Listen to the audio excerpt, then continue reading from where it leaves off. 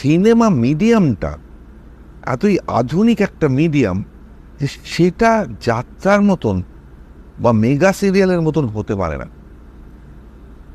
সেটা একটা সিনেমা, সেটা অন্য রকম হবে, সেটা সার্কাস নয়, সেটা একটা আধুনিক লোকই বুঝতে পারে।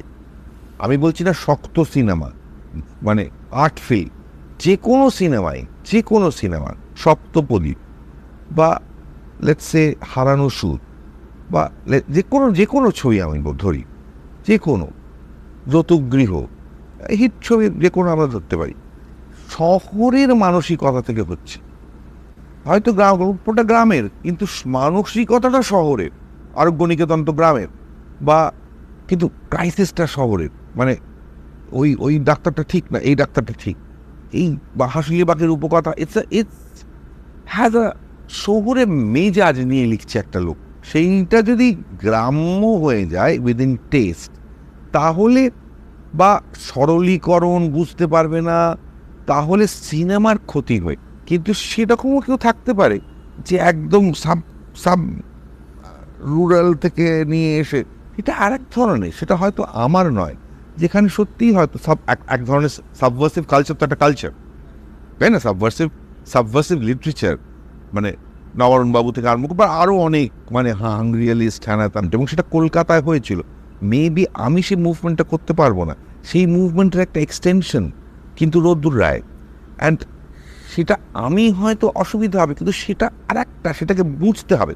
আমি কিন্তু যদিও রোদ্দুর রায় খুব এনজয় করি না, কিন্তু আমি রোদ্দুর রায়কে বুঝি where he is coming from and why একজন আর একটা চরিত্র হয়ে সমাজকে he is hitting below the belt, একদম সাবভার্সিভ লেভেলে করছে।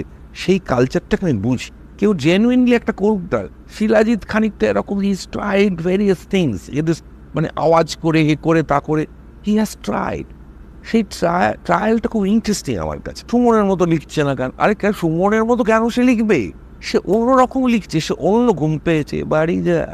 It's a very interesting statement he is making, and সেই স্টেটমেন্টটা খুব ইন্টারেস্টিং আমার কাছে। বা নচিকেতা শুধু বিষ দাও, অমৃত চাই না, আমি শুধুই বিষ খাবো, এইটা যে বলছে, এবং কর্তৃপক্ষ দায়ী না, ইজ ফ্যাসিনেটিং। এখন পুরোটাই একটা গ্রাম টাইপের হয়ে গেছে, এবং রিগ্রেসিভ। আমার বলতে কোনো একটু রিগ্রেসিভের বাংলা কথাটা কি বলবো, পশ্চাৎমুখী, এবং একটা একটা সোশ্যাল কথা, ওয়ার্ডটা ভুলে যাচ্ছি, মানে রিয়াকশনারি হয়ে গেছে, প্রতিক্রিয়াশীল হয়ে গেছে। এই রিয়াকশনারি চিন্তা ভাবনাটা, এটা এতটা কি করে বেড়ে গেল, সেটা নিয়ে আমি খুব চিন্তিত। একটা মানুষের সঙ্গে তার বিবাহ ভেঙে গেছে, আনন্দ করে হাসি, চলো ভাই, ভালো থেকো, তুমি ভালো থেকো, দানও আছে আমার, তুমি ভালোই আছো, আমি বেশ ভালোই আছি, বহুদিন পরে দেখা হলো, ঠিক আছে, ভেরি নাইস, মজা, ইন্টারেস্টিং। অবান্তর প্রশ্নটা জিজ্ঞেস করলাম, তুমিও বললে তাই আমিও বললাম। আমার সময় ছিল তোমার ওয়ান অফ দ্য বেস্ট সংস, চলছে, বেশ ভালোই আছে। লিভ ইন করছে, এ করছে, তা করছে, হ্যান করছে। দের ভাই, আমার অডিয়েন্সে যখন আমি দেখতে যাচ্ছি, দেখছি সব বয়স্ক লোকেরা গিয়ে আইনক্স ভর্তি করে, বুকটা ভরে গেল, কি সুন্দর ইয়ে।